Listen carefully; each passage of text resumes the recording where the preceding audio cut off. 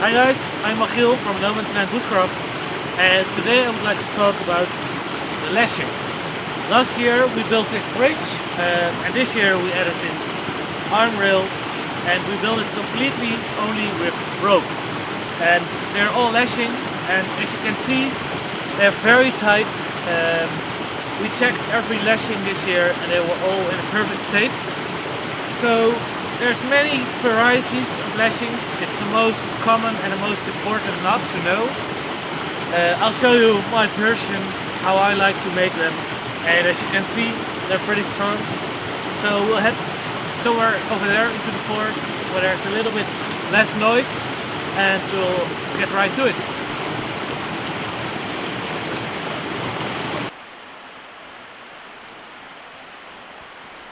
Okay, we found a nice place here in the woods, and I'll start to show you the lashing.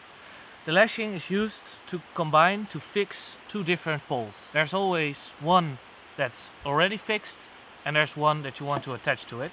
So it works like this. There are of course many types of knots and lashings you can use.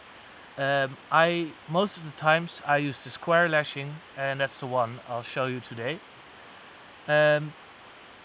For now, for demonstration purposes, I've got this rope. You can use any kind of rope, of course. While they have different qualities, but that's for another time. As a rule, I use 3 times my full arm length for the length of the rope. It of course depends on the thickness of the wood you're connecting and of how strong you want to make the knot. This rope is about 2.5, should be fine. They're not very thick, and it doesn't need to be very strong now. So let's start. So we're supposing this is the fixed side, and you always start on a fixed pole. And you start with a clove hitch. I don't know if you already know this type of knot, but I'll show you. It's pretty easy. You use it to fix your rope on a pole, and you start like this, go around 1 time, and as you can see, the smaller end goes underneath the long end, and I go around another time, and now the smaller end goes on the other side of the long end. I hope you can see all this. So this is the long end. First the smaller end goes like this, and the second time around the smaller end ends up on the other side. I will now fix the small end underneath the other side. So it goes over the long end and underneath the far side of the rope. And this, if you get it tight, is a great knot. It'll be secure and tight. Make sure you've got some rope left for later. Some people, when they start, they fix this side into the knot. You can do that, but I don't, and I'll explain later why. So now let's start. The basic idea of this knot is you wrap the rope around like this, you go like this, and again, and you make this nice square.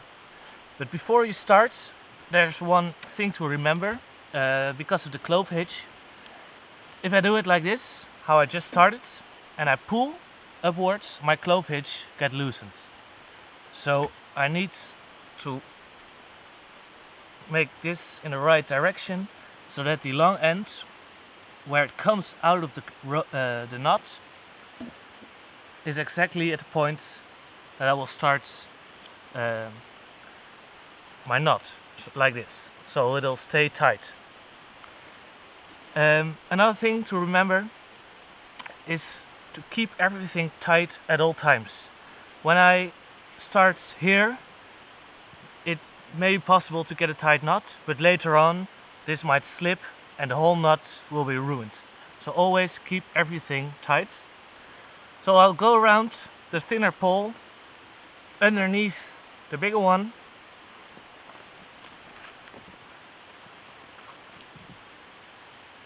and make the square.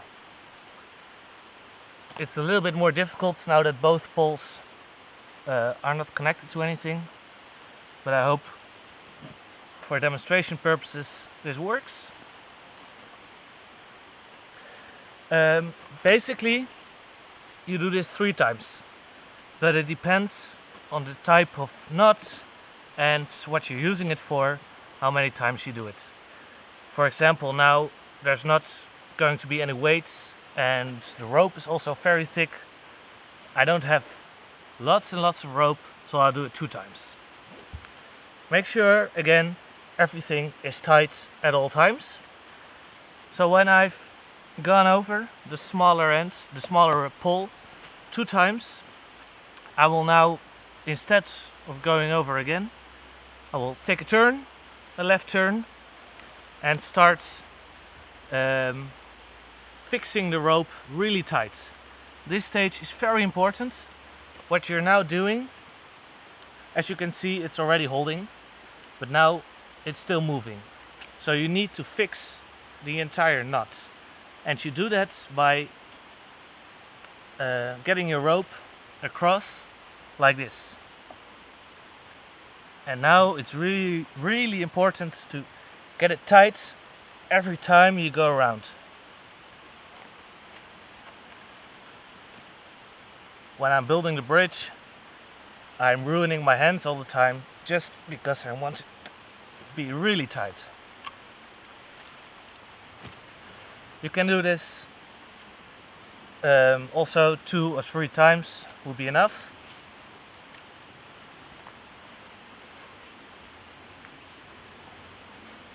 So now the knot is about finished. You just need to secure the loose end, of course. So again, we'll do that with a clove hitch. We started, if you remember, the clove hitch on the fixed pole, so we'll end with a clove hitch on the other pole. Now as you can see, I already made a small mistake, I guess, because this was a bit diagonal. It's already starting to go down, to slip down, and it's a bit loose. So normally I would do it over, but for now let's continue. So we're ending with the clove hitch. Again, this also happens when there's branches, little branches or anything else. Make sure you work in a flat area and this is all straight. So we're ending with a clove hitch. Here's our rope. There's different ways to do this, but how I do it, I hope I can explain this right, is I grab the rope here with my other hand just to keep everything tight, because if I loose it, let it go loose, the whole rope will knot will unravel. So I hold it here, get the rope around and get it here with my other hand in between. So now I've got the first half of my clove hitch. I'll get it tight. I'll now make the second half of my clove hitch. So I go around, and this time, if you remember, I end up on the other side of the long end, and this time the long end is fixed to the knot. So it's like this. I push my thumb on the long end so that the knot stays fixed. I loosen this a little bit, go over the long end and underneath the other side of the knot, and fix it, and now it's tight. So that's a square, what is it called? Square lashing. Sorry, English not my first language. So the square lashing, what I always do when I build a bridge or another construction where the lashing is really important, I want it to always stay fixed. As you can see, it's moving a little bit. It's not supposed to do that, but the rope is too thick for this small branches, and also for demonstration purposes I wasn't working very well. So I fixed the ends by getting them together, here and here, and you can use a nut, a simple nut, to fix these together. But how I like to do it takes a little bit more time, but is to get small rope like this and wrap it around a couple of times, even get it tighter so that it's really secure. And if you're working on a tree, for example, the tree will grow, and because the ends are secure, it can get looser and the nut will get tighter as the tree grows. So that's about it. You can check. The nice thing about this is when you build something with it, you can check every year or so if everything is still alright, and if it isn't, you can just loosen everything and do it over. This nut is very versatile. I use it a lot when I'm building a shelter or a hut or this bridge. It's always comes in handy. There's different types, but this one is the most used. So I hope you learned something. I hope I explained it well. It's a little difficult always to explain nuts, but I hope you can practice with it and build something. I hope you liked this video. Bye.